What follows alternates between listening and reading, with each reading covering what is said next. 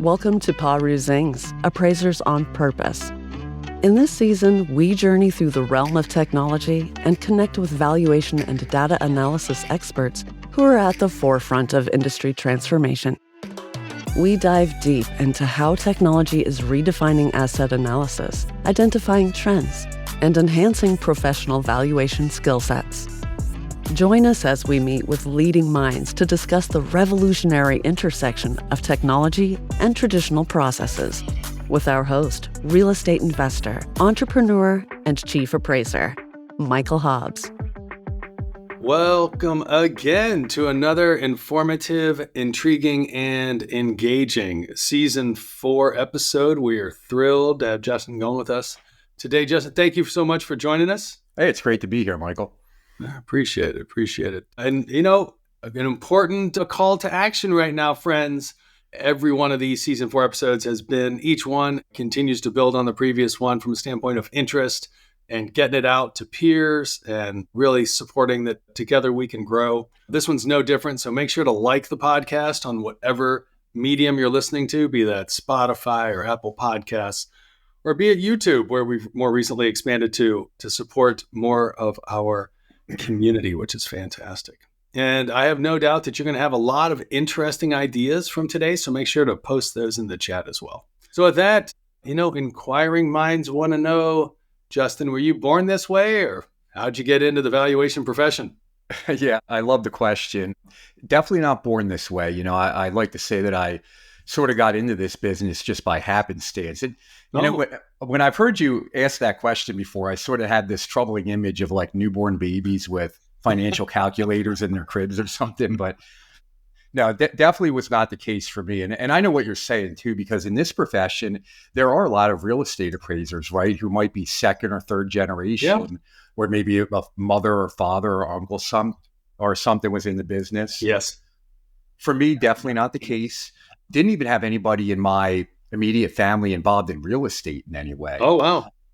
Yeah, I know. So for me, basically, I did my undergrad at Temple University in Center City, Philadelphia, and I was an English literature major. And I graduated. You are our first Temple alumni. You doing? Oh, that's good. Being here on the podcast. That's right. Yeah, it was a great education. It's still a great school.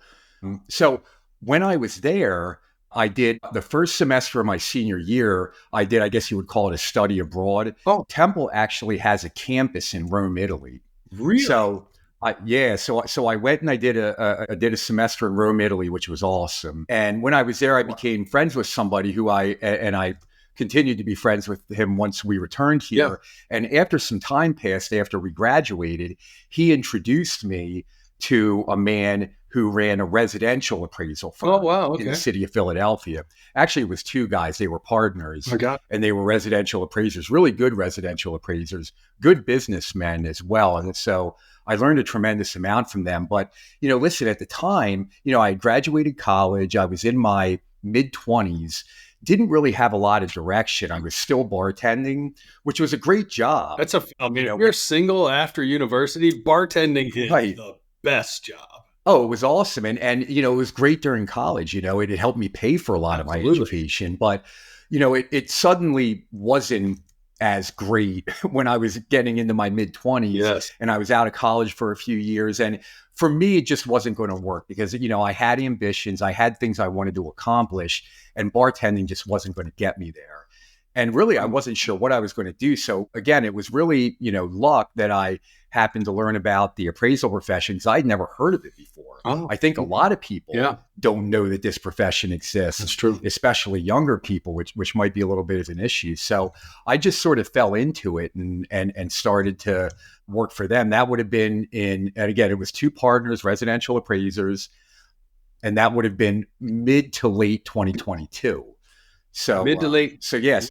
I just sort of fell into it. I'm sorry, 2002. Yeah, I was going to say, mid to late 2000. You're impressively young. I'm like, holy. Yeah, that's right. But, I'm thinking, we've had so many clients over the years that, to your point, they were, life presented them the opportunity to do what they enjoyed during the day and bartend at night.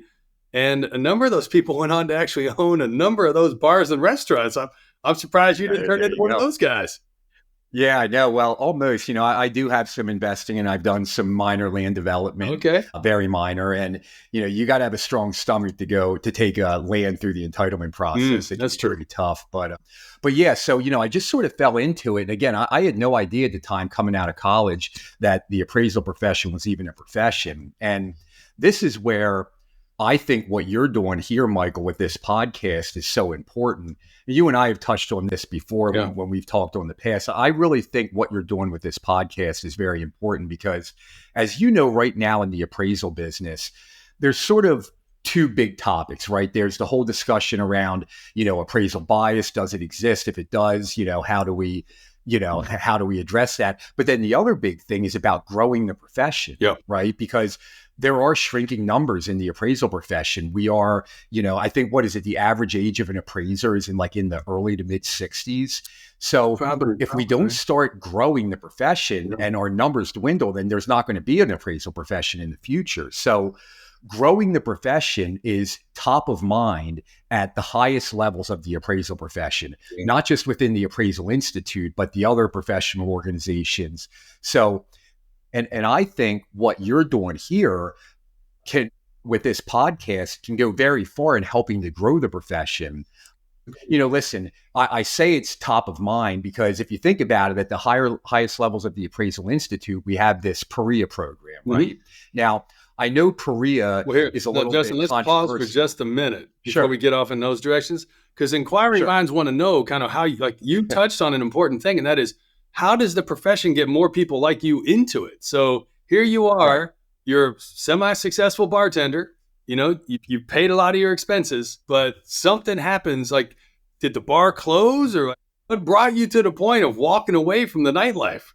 Well, like I said, listen, I just had a lot of ambitions and I knew bartending wasn't going to get me there, sort of like professional ambitions and life goals. And bartending wasn't going to do it. And it was just an opportunity that presented itself. The guy that I met when I was studying over in Rome, Italy, said, well, hey, I'm working for this appraisal firm doing real estate appraisals. Oh, wow. What is that? What exactly are you doing? So, then I just sort of started showing up and they saw that I was a good worker and, I became a trainee. So that's sort of, that's sort of how it happened. Like I said, I just sort of fell into it. That's amazing. So can I just paraphrase, make sure I heard you correctly? That is, everybody should go study like English and literature and then go to Italy.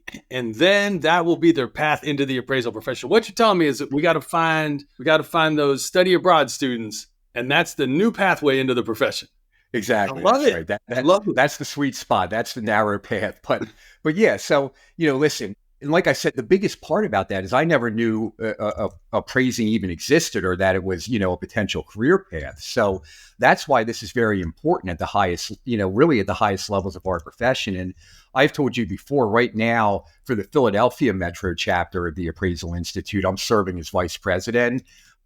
And and even in our discussion, on the board, this is something that we're talking about a lot. Well, how do we get more people interested? How do we get younger people to know that we exist? So, you have, the PREA program. Now, listen, whether you agree with it or not, and I know it's a little bit controversial, I'm not even going to go there with it, but I will say that the whole reason it exists is it's an attempt to address this issue of trying to make it easier for more people to get into the profession. And then on top of that, again, at the national level, you now have this University Relations Committee, which is where you have appraisers and valuation professionals going and talking to colleges and universities just to let college students know, like, hey, we exist, right? And this is a viable career path, because I think a lot of students in colleges know like what an accountant is. They know what an attorney is. You might know, what a stockbroker is, even a real estate agent. So they're familiar with all these other knowledge workers, but not familiar at all with the appraisal business. So, the point is that you have these sort of mandates and these big programs coming from these national organizations like the Appraisal Institute to try to grow this profession. Yet from where I'm sitting, what you're doing with this podcast might be more effective than any of those programs, because really what you're doing here, and I've listened to a lot of your episodes in the past, you're bringing people sort of these sort of these real life stories of real estate appraisers. And if people listen to any of your past episodes, a lot of these stories are touching, they're inspiring, they're very heartfelt, people that have had to overcome challenges. And that's going to do more than anything, in my opinion, to grow the profession, because that's what people are going to latch on to. It's like, oh, well, if this person did it and look what they overcame, and the appraisal profession has now provided so much to them, maybe it's something that I should do.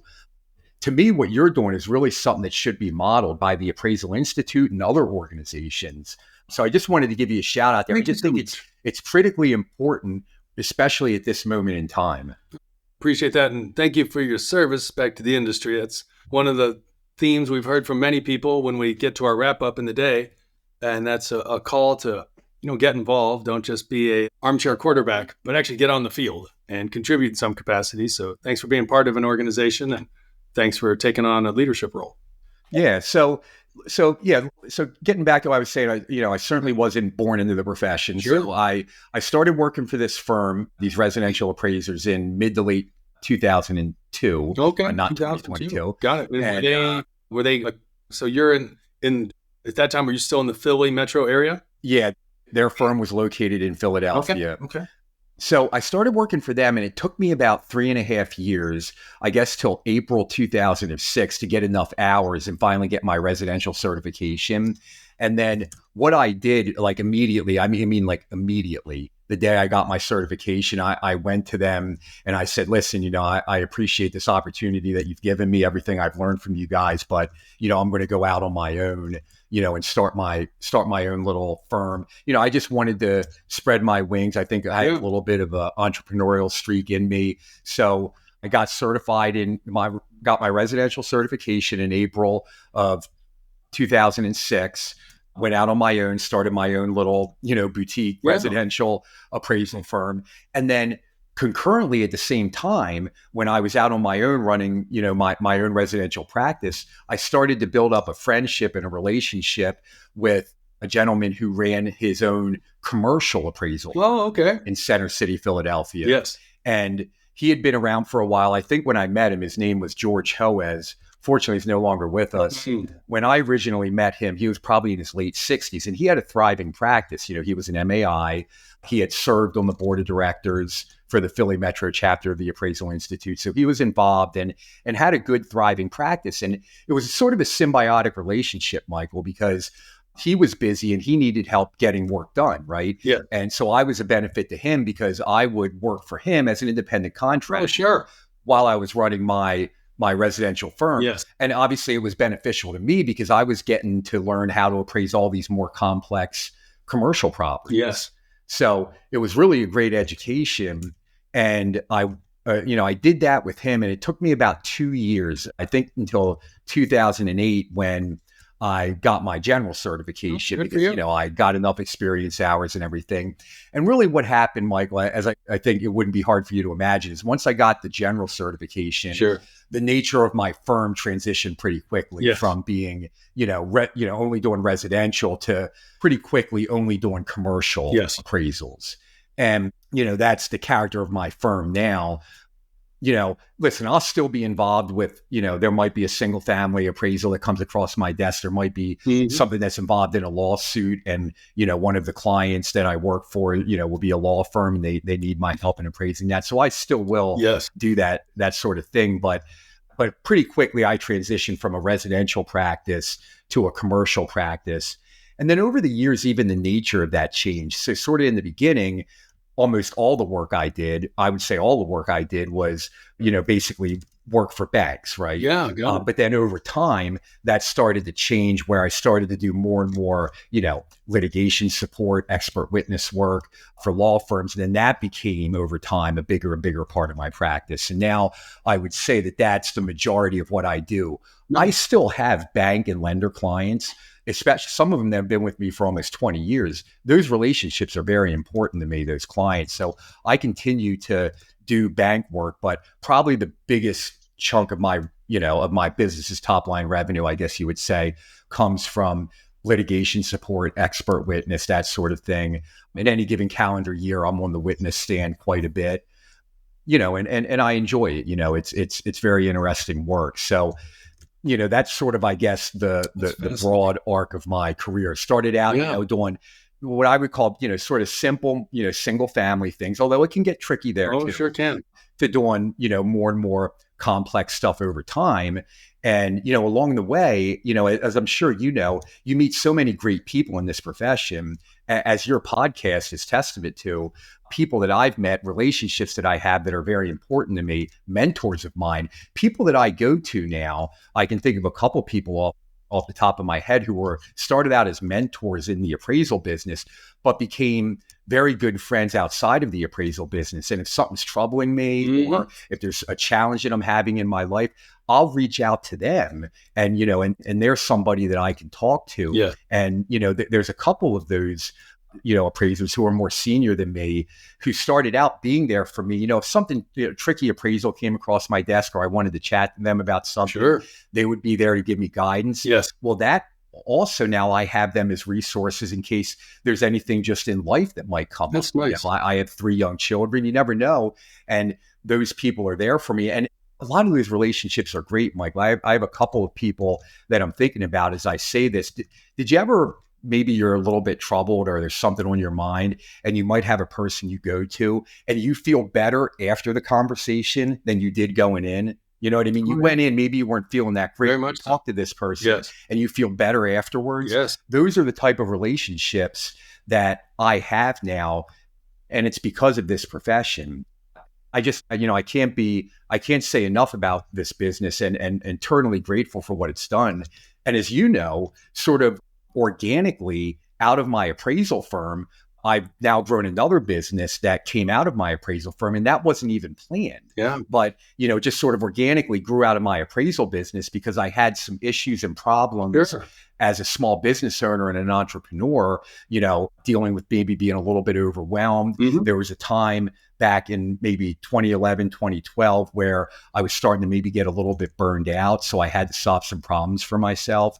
And all of a sudden, out of that came another business. And, it's just funny the way life can take you. If you just work hard, be open to new relationships, and be open to new technologies and solving problems, you never really know, where it can lead for you.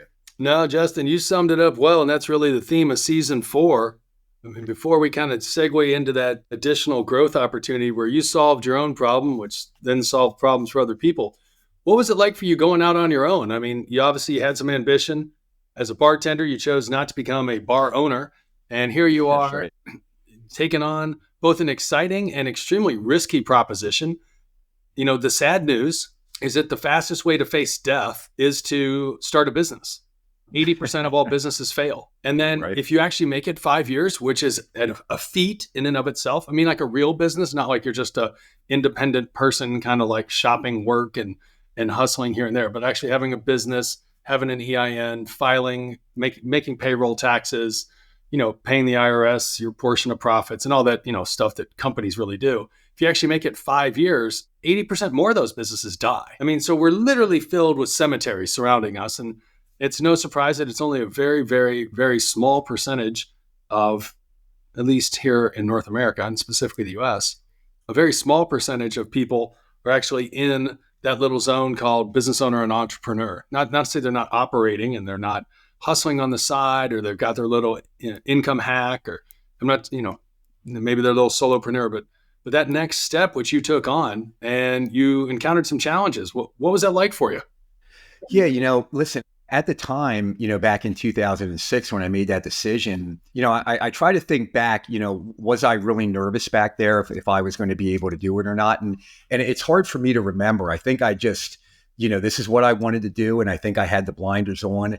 I can remember when I told the owner of that residential firm in 2006 that I was leaving to go out on my own. It was a pretty emotional talk that I was having because, he had become, both partners of that firm had become very important to me. I was a directionless person out of college in my mid-20s, not knowing what I was going to do. And then I learned so much. Justin, that sounds so unfamiliar for so many. I know, right? I know. But then like I come and I meet them and I learn about the real estate and the appraisal business. Also, their business had another arm, which is a brokerage arm. So I learned about that. Yeah. But not only were they really good residential appraisers, and they really were, but they were also good businessmen as well. So, it was really this great opportunity, and I learned so much for them. So when I went to them and told them, that I was going out on my own, that was emotional. I had tears in my eyes when I was saying that. And, the guy, who I was working for, he said to me, he's like, listen, he's like, this is going to be hard for you. I'm not sure if you're going to be able to make it, is what he told me. That's what he said to me. It wasn't this kumbaya like, hey, Justin, you're one of the best guys that we've ever had here. You're going to be able to do anything you want, go forth and prosper. Right. It wasn't any of that. I mean, he's like, I think this is going to be really hard for you. And, despite that, like I said, I think I just had the blinders on. My dad had ran his own business. Okay. My grandfather had run his own business, in different fields. So, yes. Maybe it was just in my DNA, but I just got to work, Michael. And, I think when I started taking on those initial residential assignments, I was driven by a lot of fear that I wasn't going to make it. So, I was doing really good work. I was doing really quick turn times, when a client, and again, I was just doing single family residential then, in some 2 to 4 units if they Sure. over. But if a client sent over an email saying, hey, can you take on this assignment or whatever, it was an immediate response thanking them for the order. Yes, thank you very much. I can do it. We'll reach out to the borrower and set the inspection, an immediate call to set the inspection, then an immediate update back to the client. The inspection set for Thursday at 11 o'clock, go out, professional at the inspection, sure. Email the client, the inspection went well, just trying to over deliver. And then, if we said, the report would be back, within 48 or 72 hours from the inspection, I was trying to do that within, 12 or 24 hours at the beginning, just because I was so worried that I was going to fail, and there wasn't really any safety net. And I didn't really have any money either. I didn't have any savings at the time. So, I was really, I think, propelled not only by this drive to want to succeed, but by a lot of fear as well, which was good and bad. Like, yes. I worked a lot of hours, and that's what led to a pretty dark place for me where I was really edging towards burnout. I would say by about 2011 or 2012, about 6 years into it, it was getting pretty dark there. Some pretty dark times because I was just working so many hours because I didn't want to fail. Of course. And, I wasn't saying no to any client. So, I was taking on every job, working long hours. If you were to ask my wife, like there were times back then where, I hate to admit it, but there were nights. Now, this wasn't all the time. Oh, yeah. But there were nights where I was pulling all-nighters. Yep. Like back in college to get appraisal. And there's nothing more miserable than pulling an all-nighter. And then it's like 7 or 8 the next morning and your eyes are just burning. And there's no sleep because you're just going to keep working. Yeah. Thank goodness you were young enough to pull that off easy back then. I mean, you had another decade or two and that just becomes evil. That's exactly right. And, listen, and there were times when pretty much every weekend I was working, it would it was every Saturday, it would either be a full day or, at a minimum, like a half day. Yes. Right. So, it was a lot of work, but it got to the point, during this sort of, small business owner entrepreneurial journey where, back in 2006, 2007, when I first went out on my own and those years when I was working as an apprentice or a trainee or whatever, where I was so grateful for the business, right? I was so happy, like, oh, I finally have something that I can do here that's not bartending. It's something I can make a business out of. Maybe, I can build a career here and have some success and realize these big ambitions that I have, right? Now I finally have something. I was directionless. Now I have direction and I'm so grateful. Well, after about 5 or 6 years of burning the candle at the both ends, working these long hours, all of that was gone. Yeah. I was just burned out, exhausted, and a little bit of a maniac to be around because I wasn't taking any time off. I was just work. So it got to a pretty tough place there for me, back in 2011, 2012. But I guess that might be the life of a business owner and entrepreneur. Yeah, probably the case. And what would be fascinating, especially given the path that you've been on, is you chose, and we didn't really delve into this. I'm going to bring us back just for a minute. You chose to start a firm in 2006. I mean, if you could go back, for most people, and pick a time not to start a business, probably 2006, but you did it. How did you endure what you did not necessarily know was coming at us like a freight train? Well, the thing is, and even through the whole global financial crisis, my head was down. I don't think I knew enough to realize maybe how worried I should be. And I stayed busy through that entire global financial crisis. Fantastic news. What magic foo-foo dust did you have, and do you sell it in a bottle? I know people that need it today. I know. I don't know. Listen, it was just, it was this obsession to want to please my clients, right?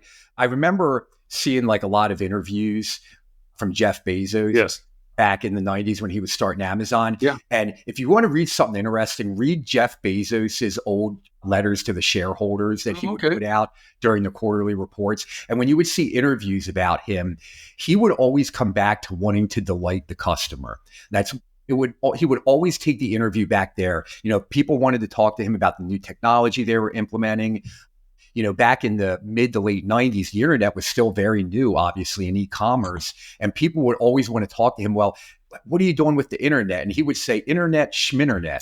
He would say that in interviews. And he would say, it's all about delighting the customers. I love that. If we're not delighting our customers, we're going to disappear. And I think that's what I did from day one was just, okay, I wanted, what do my clients want? They want good appraisal reports, that are well supported and compliant. And they want me to do what I say I'm going to do. So if I tell them that the inspection is going to be at 11 o'clock on Thursday, I'm going to be there. Yeah. I'm not going to flake out on them and reschedule or whatever. And if I give them a commitment date of having the report back on Friday the 11th, then the report's going to be in Friday the 11th, better if it comes in early. So it was this obsession of meeting my clients' expectations that I kept my head down and did that. And I just never really slowed down during that whole global financial crisis. So that's fantastic. It was just a blur to me, really. You know what? It's better that it be a blur to you because of the upside of it. Most people, it was a blur because of the pain they were experiencing. Much like going through some form of surgery without anesthesia. Right. Wow. I know, man. I know. And I was talking to, not too long ago, I was speaking to somebody who was a past president of the Philly chapter of the Appraisal Institute. And we were just talking about the business, and his firm is like mine. It's just solely focused on sort of litigation support. Great. They do a lot of tax appeal stuff.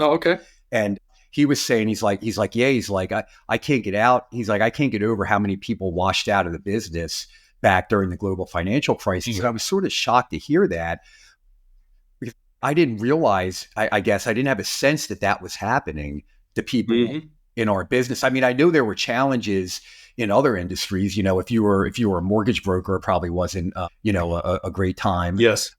And other, and I know other people in other industries, broadly speaking, were struggling, but I was just head down and charging forward and somehow came out the other side, without really much of a blip.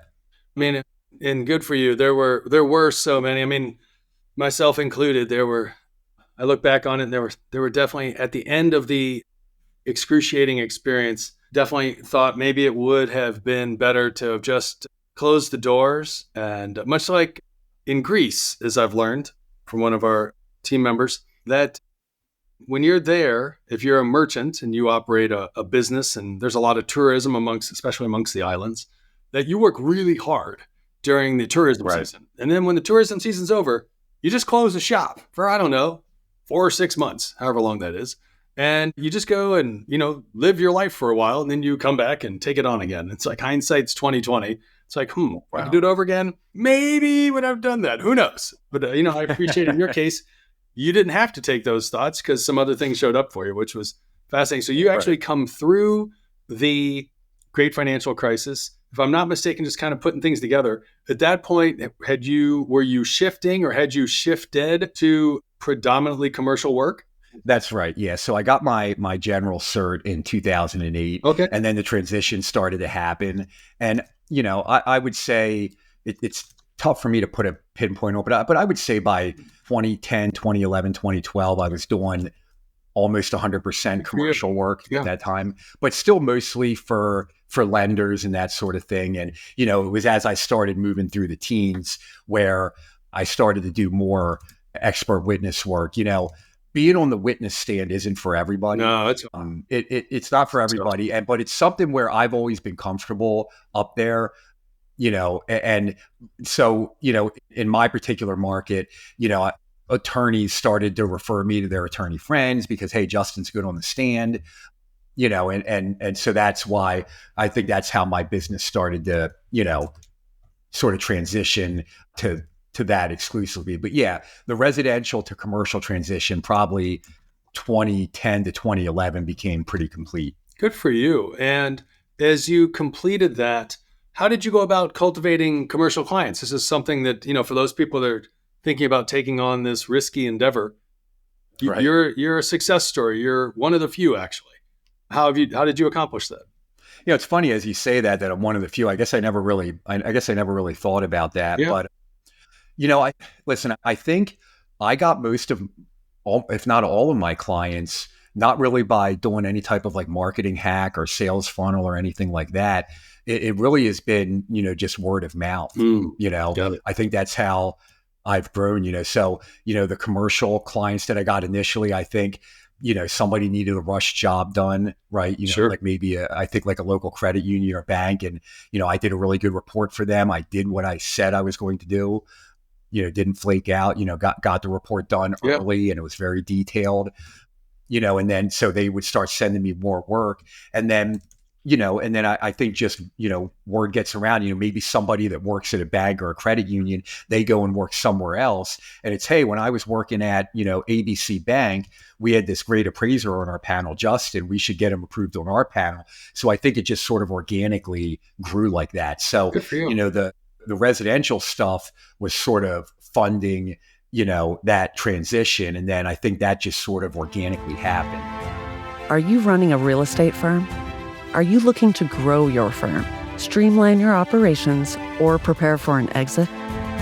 Don't miss this opportunity to work with Michael to figure out your business pathway to massive success.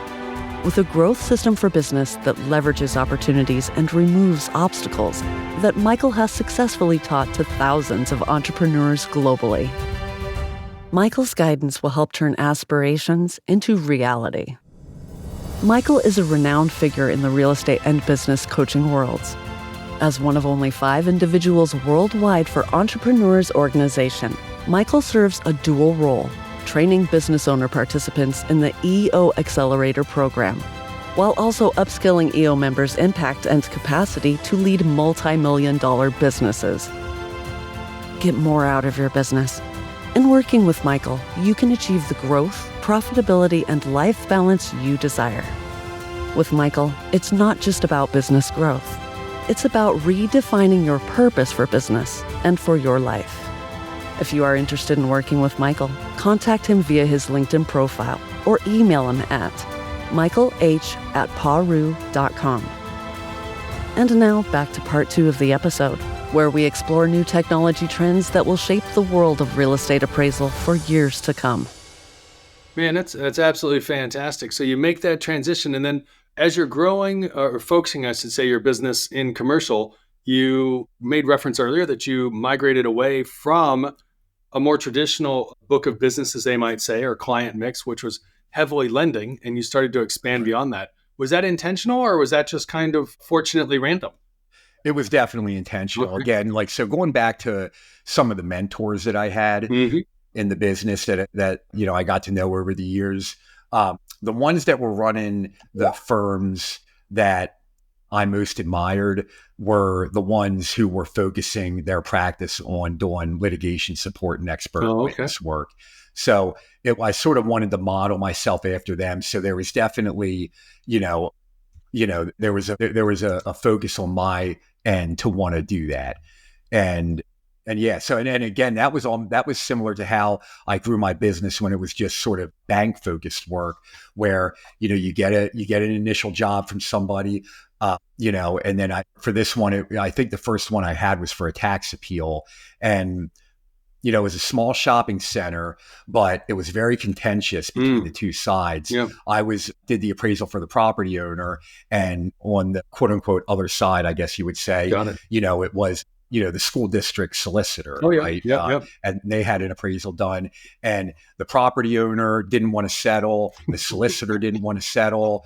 They were both dug in and entrenched. Sounds familiar. And right. And I think there was some stuff outside the courtroom between the school district solicitor and, the attorney who was representing the property owner, on my side of things. So I was on the witness stand. It was like 2 days on the just hours up there. Did they bring just what do they call like those, in the boxing match where the person comes out and pats you down and like splash you with water and then gives you a towel? I know. Did you get that type of custom treatment? I know, man.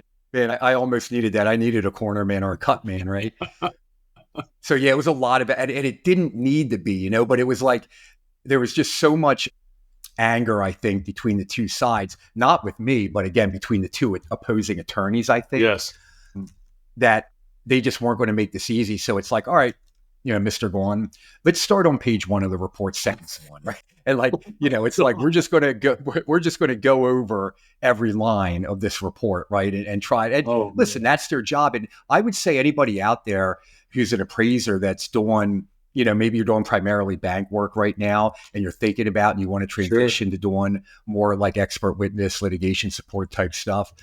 First of all, don't be afraid of it. Just a lot of people I talk to are worried about, going up there and being on the witness stand. Don't be worried. Anybody can do it. You just have to be prepared. Mm-hmm. And, when you get up there, remember, don't take anything personally. It's opposing counsel's job to advocate on behalf of their clients. So, you might get opposing counsel, who's very short, very confrontational. They're trying to make you look bad in front of the judge and the jury. And you can't be thin-skinned. You just have to sit there and smile and calmly take it and just answer calmly. And, and then, and you'll get through it. And, so that's how it started for me. So I went through like this 2-day ordeal of testifying, and I was just calm, going through it. And, this was a bench trial. So, it was the common pleas level. So, there was a judge, and when opposing counsel would grill me or ask me questions, I would calmly turn and look at the judge and answer the question. And the attorneys thought that I did a great job. Great. Things ended up going our way in that case.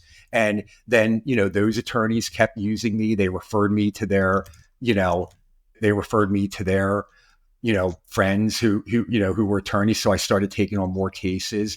And then what happens is, from the government standpoint, at least here in Pennsylvania, a lot of times, when a tax appeal is initiated, or when it's being fought, it's going to be fought by the school district. Yeah. Right? So, enough of my appraisals are coming across the desk of, the local school districts and the decision makers there and the solicitors. So, now I have, some school districts that I guess you would say are clients of mine as well. So it just sort of grows organically, I think. Mm-hmm. I don't think there's any hacks or shortcuts. I think, you have to, just be there for your clients and want to serve them. That's what you're there for. And really that's how, because, some people have told me that, I'm nervous before going on the witness stand, right? I'm Absolutely. And what I would say is, and listen, we all feel those nerves.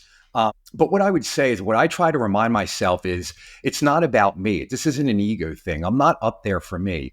I'm up there for the property owner who paid me to do this appraisal report. They're paying me an hourly fee to testify up here. My job is to be up there and accurately represent the information in my appraisal report. Yes. It's not about me. And if you can make it not about you, this isn't an ego thing, then all that fear and nervousness will fall away. That's such an important topic to touch on, and one that we've only had one, I would say, highly, highly seasoned and well-known and regarded professional in that space. But, to be at that, on the ground level is such vital instruction for people that are like, I just can't do that. And I'm like, well, can't and won't are not the same thing. And that's a healthy reminder of what's possible by changing focus. That's right. Yeah. Anybody out there listening, some people I know right now, because of interest rates, maybe the the bank work has fallen off for some people a little bit. You go out there and get some attorney clients, and then start doing this expert witness work. You can do it. All these, maybe, if you're an appraiser out there and you haven't done this work, and maybe you're on LinkedIn and you see all these people that, might look like super impressive to you, like work for one of the big firms, like Colliers or Cushman or whatever, Sure. You're like national litigation lead. Don't be intimidated by that person. You're just as good as that person is. Yes. And get out there, get in there and get experience. That's just how it goes. Right. Everybody starts small. That's the easy way to go about it, because inevitably, whether in the profession or as a business owner who's operating in the appraisal industry, you're going to come across challenges. And I appreciate, Justin, that you touched on, you have made an effort to not be isolated. I heard you say that your efforts over time have produced people where you have, whether an acquaintance or a friendship, maybe even mentorship, but you've established relatedness with others so that you're not stuck in your own little box. And even when you do feel like you're stuck, what I interpret is that you don't stay there long. And that's really to be commended. Yeah. I mean, well, thank you. Yeah. We can't do it on our own, and when you're, when you're a real estate appraiser, or I think any knowledge worker out there working on your own, if you're self-employed, you're an independent contractor, whatever it might be, it can be, you can be somewhat isolated, I guess, right? Because you're sort of nose down, you're working by yourself. You can't go at it alone. You have to reach out there and listen. In our profession, the great thing about the appraisal profession is that the people that have been around longer than you, that have more experience than you, in almost 100% of the cases, with few exceptions, if you just reach out to them, they're going to be more than willing to talk with you and help you.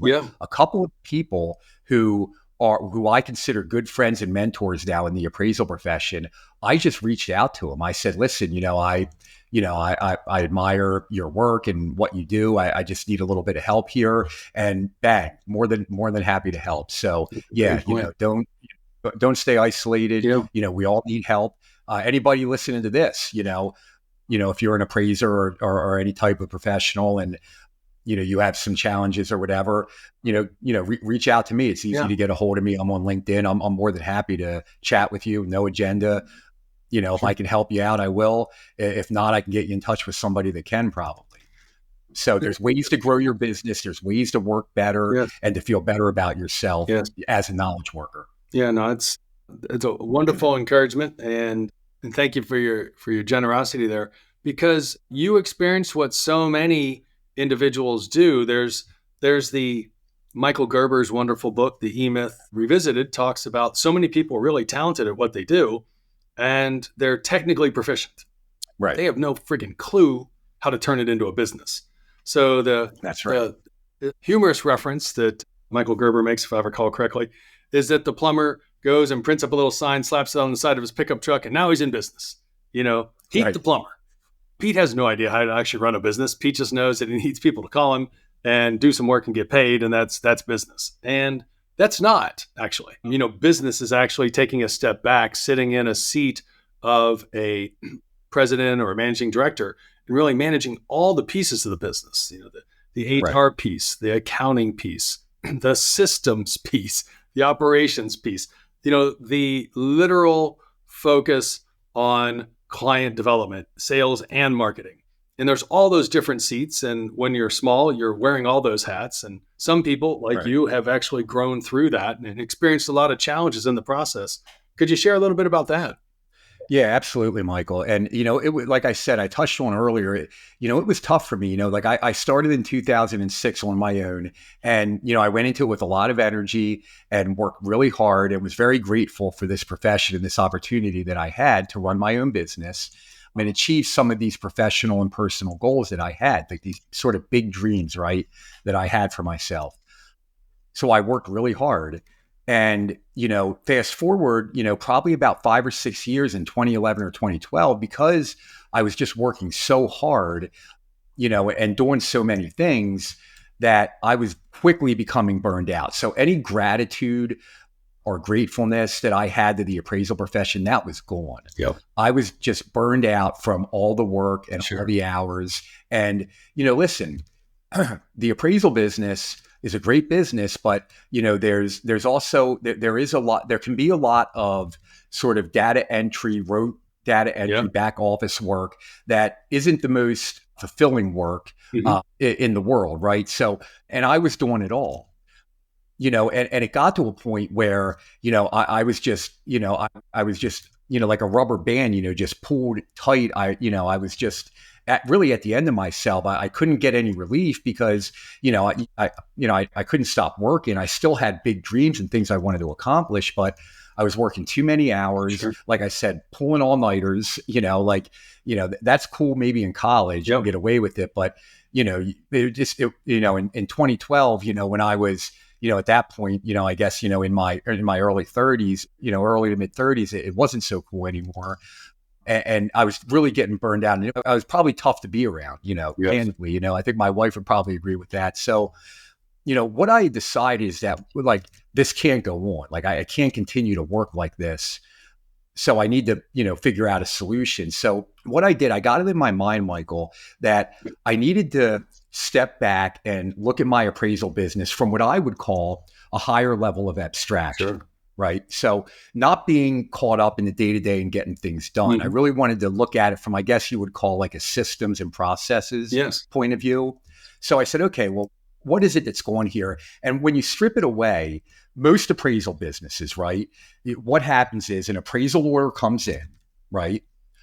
Time passes and things happen. Yes.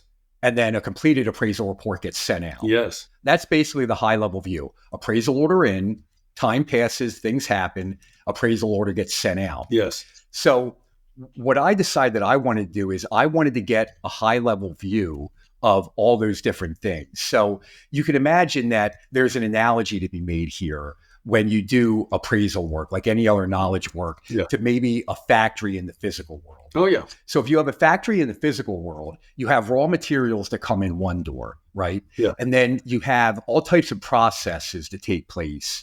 And then at the other end, you get a completed product, maybe a consumer product like an automobile or a computer or a smartphone, right? So raw materials in, systems and processes happen. Maybe there's an assembly line, and then you get a complex, completed product out the other end. Again, could be a widget, a washing machine, whatever it might be. Well, when you look at companies that operate those types of businesses, like whether it's Apple or Toyota or whatever, where they're building sort of complex things, when the raw materials come in, they're not just like, let's hope this works out, right? No, like they have a plan in place. They know exactly what's going to go on that factory floor. Everything is thought out. There's a lot of money is spent. A lot of really intelligent people think about every little step that needs to take place to get to that completed product. So I decided that that's what I needed to do. So one day, what I did is I sat down and I decided that I wanted to write out every discrete step that needs to take place in order for me to get to a completed appraisal report. Got it. There's actually software out there to help you do this. I think one of them's called like Lucid Chart. Yeah, Lucid Charts. That's a phenomenal tool. Right. But you don't even need the software. You can get like a big piece of construction paper maybe or whatever it is. So, or a whiteboard. Jason, you can take 8.5 by 11 and tape them together, which is what we did in our office like 20 years ago. We kept it on the wall. That was our whole process chart. So we could actually start coding who was responsible for what. Right. Yeah. So you were on board. So when I started to do this, I was like, okay, so, typically like it might look like this in an appraisal firm. You get an email or maybe a secure message from a client. Hey, can you give me a fee and turn time to appraise 123 Main Street? Right. So that's sort of like the incoming message. And then when you get that message or email, you would open it and you would read it. Right. That's step one. Maybe there's some attachments there, like a lease agreement or an agreement of sale. Right. So you would review those things. That's step two. Maybe you would put that address in like Google Earth and Google Street just to get a sense of what this property is. Maybe you would pull the assessment records, the tax map, the zoning map. Right now, we didn't even get to a quote, Yes. right? And we're already 8 or 9 steps into this process. Yes. If you're really breaking it down step by step, which is what I wanted to do. And before you know it, depending on the nature of your firm, if you do that and you're rigorous about documenting every step, as I was just explaining there, very quickly, you're going to be north of 75, 100 discrete little steps all the way through typing the report that need to take place in order to get to the completed appraisal. I think I called it like the life cycle of an appraisal order. Oh, yeah, totally makes sense. So I did that, and I had all those steps in front of me, and I sort of felt like, I was a CEO of this company, sort of looking over my factory floor at all like the various workstations there in front of me. And I could see with complete clarity everything that needed to happen in order for me to complete an appraisal report from beginning to end, right? I think it took me a full day to really map all that out because there are a lot of steps. You got it done in a day? I think when Lori did this, I think it took her a week. Yeah. We run commercial and residential, and we do litigation, and we do tax, and we do a lot of specialties because of, the client's request us. And we say no to a lot of things too that don't fit for us, but every little deviation from what you do is another discrete step. That's right. Yeah. Yeah. And I'm so happy to hear that you've gone through this. It doesn't surprise me from what I know of you. So, so I did all of this and sorry, Michael, I just had somebody rudely called me. So I did all of this and, I had this all in front of me. Yep. And when I had it in front of me, I sort of existentially asked myself, okay, well, what am I as a real estate appraiser? Like, what's my job? And I came to the conclusion, and I think most people would agree with this, that as real estate appraisers, we are, in my opinion, elite level knowledge workers with rare and valuable skills, right? Not common skills that everybody has, rare and valuable skills, because not everybody can do what a real estate appraiser does, right? You've gotten these skills over many years of education, practice, on the job training, that sort of thing. So you're an elite level knowledge worker because you have rare and valuable skills. So armed with that understanding, when I would look at what this life cycle of an appraisal in front of me, so all the discrete steps that need to happen from beginning to end to get to a completed appraisal, I sort of said to myself, and I thought about it, well, how many of these steps here that goes into get into a completed appraisal report, how many of those steps require rare and valuable skills? Yes. Right? And the truth is, not a lot of them do numerically. A lot of those tasks are data entry in nature, back office in nature. There's only a few discrete steps along the way. They're big that require rare and valuable skills. And we know what those things are. Yes. It's the market analysis, the highest and best use, pulling the appropriate sales comparables and verification, things like that. Those are the big things that require rare and valuable skills of an elite level knowledge worker. A lot of the other stuff is just noise. It's data entry, it's simple tasks, back office admin stuff. So what I decided as I was sort of coming to the end of myself here, after being in business for 6 years and just becoming completely burned out, that what I needed to do now that I identified these tasks that required rare and valuable skills, it was my job as the business owner, as the entrepreneur, to ruthlessly delegate or automate all the other stuff that doesn't require rare and valuable skills. And that's where the change really happened for me. So, you can automate a lot of things with software. There's a lot of software out there to help, whether it's Zapier, Airtable, there's people that will package software up to you as a real estate appraiser to help you automate a lot of tasks. Correct. What can't be automated as an entrepreneur, it's your job to delegate those tasks. And that's what I learned. And for me, what that took the form of is using remote overseas workers. Oh, really? A lot of people would refer to them as virtual assistants. To me, they're a lot more than that. Yeah. And I started to integrate remote workers from the Philippines into my business, again, for rote data entry and back office admin type tasks. And once I did that, it was just like this huge weight off my shoulders. I could finally breathe again. I was no longer this rubber band pulled tight because Sure. I was just doing so many things. I was hopelessly involved in every step. I got a lot of that low level, low touch data entry and back office stuff delegated away from me so I could focus on the big things that only I can do, Sure. that only any elite level knowledge worker can do. Get rid of the other stuff, and then I could finally breathe again. And really, my life, I mean, my wife would be a testament to this. She can tell you that once I started to delegate and I sort of had this revelation, I became a lot easier of a person to be around. And, and things just really took off for me on a professional level and for a personal level.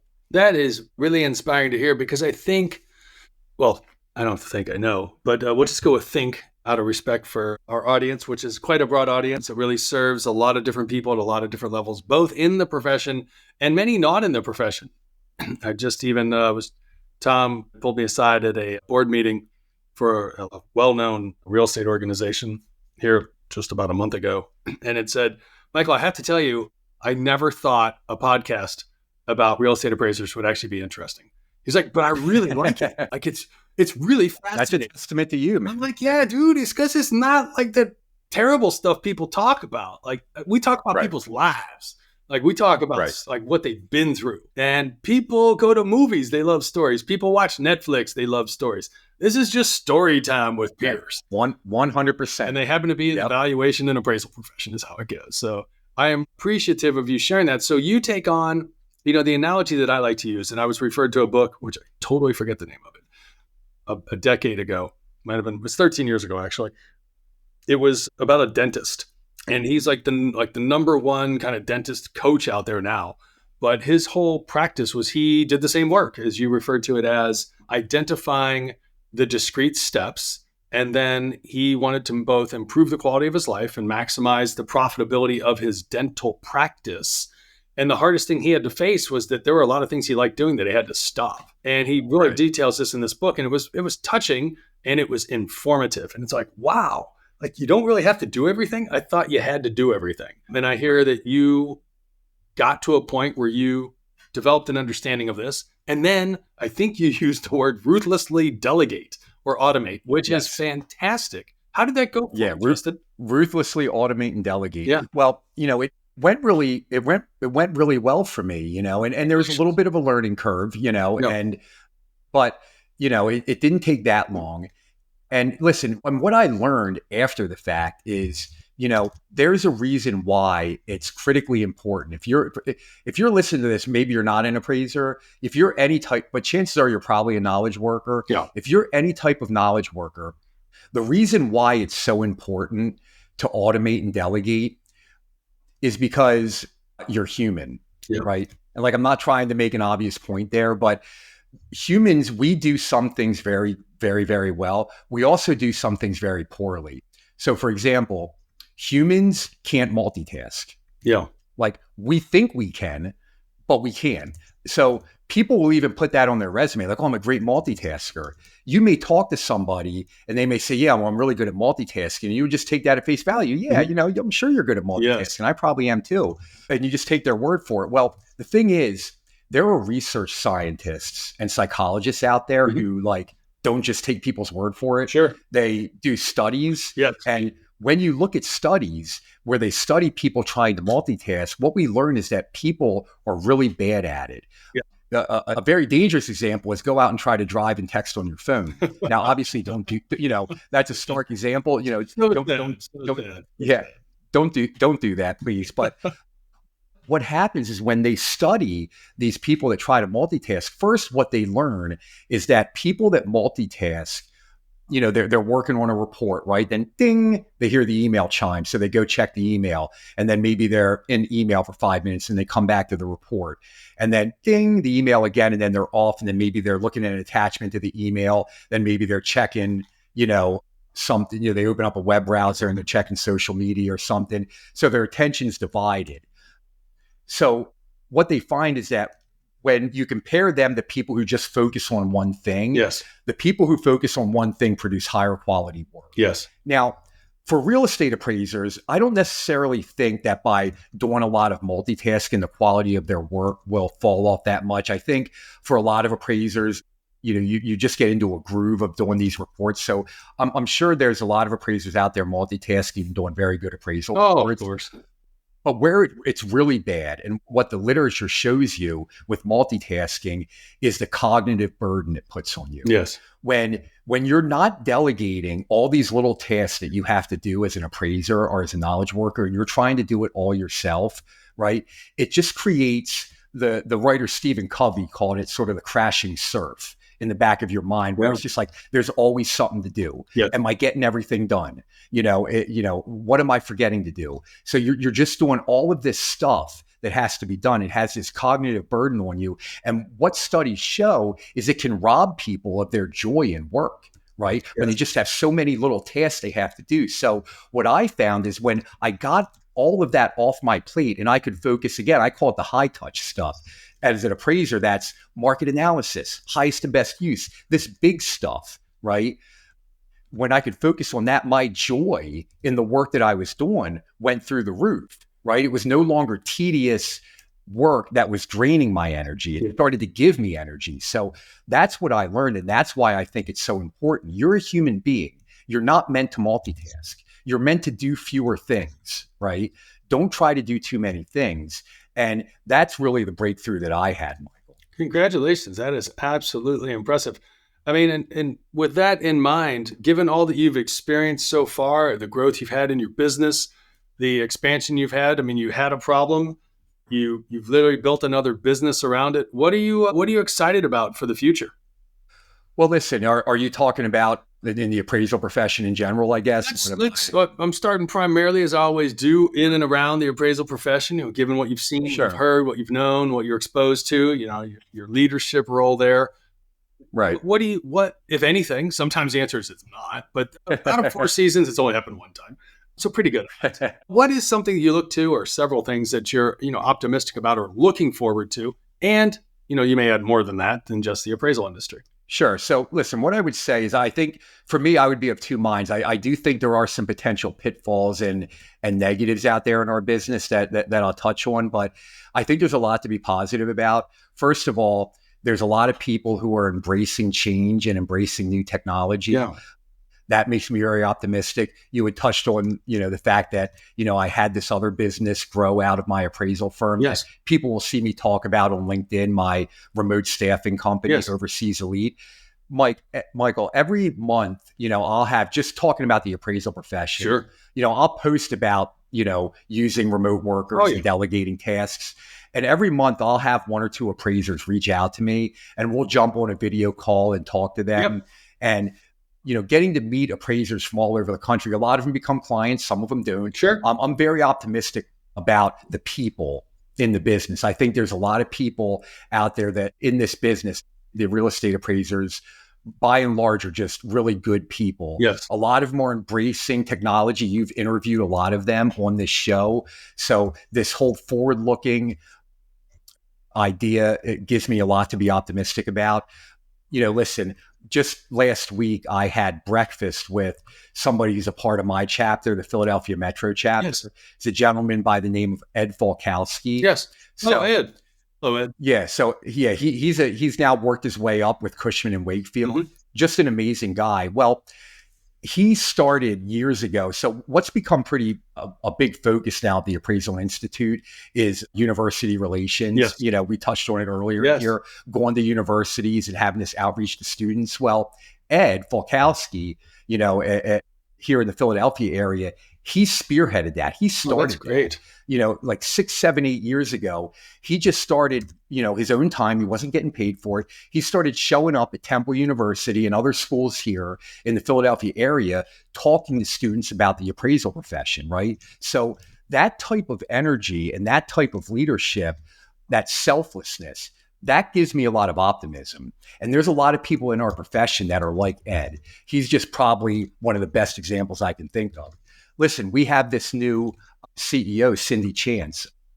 She came to our holiday party that we had. And from what I could see on LinkedIn, it seemed like she was attending every holiday party around the country. right? Well, that's really good. If we're going to bring somebody on and pay somebody to be our CEO, Yeah. I don't want you just sitting in Chicago in an office somewhere, I So, agree. she's getting out there at the chapter level, meeting all the different people at these different holiday parties and these different get-togethers. So that gives me a lot of optimism. So I think the people give me a lot of optimism. But then on the other side of the coin of that, Michael, and I've talked to you about this, we have ingrained in this appraisal profession, and I don't know how big of a contingent it is. It would be impossible for me to guess on the percentages, but there are a percentage of appraisers out there that have what I would call a scarcity mindset. The idea that, there's only so many resources, the pie is only so big, we have to protect what we have. And I think that's dangerous. They're worried about new regulation. They're worried about things that are happening in the appraisal profession, when it comes to, different technological changes, different things that are happening. And they're worried that, it's going to water down the profession, or they're not going to be able to make a living anymore. That is dangerous, because we have to look forward. And those fears that those folks have, I'm telling you, as time goes on, they're going to be unfounded. All the biggest fears I've had so far in my life, none of them have ever come true. Okay. It's a bright future for us. So that contingent of our profession that's stuck in the scarcity mindset, I hope that they can get over that and realize that we have a bright future ahead of us. Yeah. So it's a great point. Absolutely a great point. And, the whole point of season 4 is highlighting peers who have been in or around the industry. Maybe they're designated professionals, maybe they're not, but they encountered a problem and they didn't just complain about it. They actually did something. And you're one of those individuals as well that, as you touched on, the importance of identifying, the discrete steps of the rare and valuable skills, and then finding ways to spend more of your time on that. And Yes. Like a successful and profitable dentist, not doing all the other stuff that still has to get done. I mean, the dentist doesn't check you into the appointment.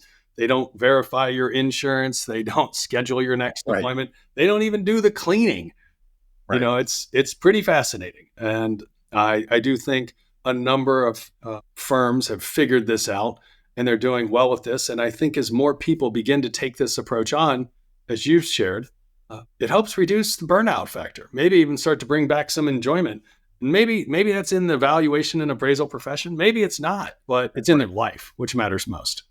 That's right. Yeah. And the burnout is real. I see it because I have these appraisers because of what I post about on LinkedIn about delegating in my other company. Yeah. I have appraisers reach out to me once or twice a month. I'm talking to them, and the burnout in our profession from some of those appraisers is real. Yeah. A lot of them, will get on with me and like their shoulders are slumped, and it's, I just need a little bit of relief. I need a little bit of help, because they're just getting beaten down by being hopelessly involved in every little thing. Your analogy with the dentist is great, and that's basically what they're doing. They're checking the patient in, they're checking the insurance, they're bringing them back, they're putting them in the chair, they're doing, all those little things that they don't need to be doing as, again, an elite level knowledge worker with rare and valuable skills. Make that your focus and ruthlessly automate and delegate the rest, and your life will improve.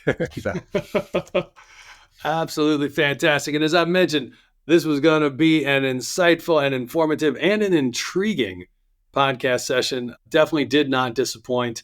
Justin, thank you so much for joining us and sharing your path so far. And it's, you're still a young guy in this industry. There's a big future ahead. Thank you, Michael. Appreciate it. Keep doing what you're doing. I very much appreciate it. And thank you for recognizing others along the way and offering to be of assistance. And with that, we're bringing this podcast session to a close. As I mentioned, like the podcast, share the podcast. It's through your generosity, your thoughtfulness, and your willingness to really honor that together we grow. That, as Justin said, there can be a bright future for all of us. And with that, we'll bring this episode to a close. Thank you for joining us in uncovering how technology is reshaping the landscape of real estate valuation and appraisal. Would you do a favor for someone you may never meet to influence a future that is worth building? Please scroll down and like this podcast and share your comments. Stay engaged with us on LinkedIn, YouTube, and your favorite podcast platforms to catch every moment of innovation and expertise shared. Got an idea or suggestion? Share your thoughts and questions with us. Let's continue to grow together, embracing the tech evolution that is enhancing our industry's effectiveness and efficiency. Until next time, remember, in the fast-evolving world of real estate and technology, being a part of the change is what sets you apart. Keep creating the future by striving for excellence and innovation.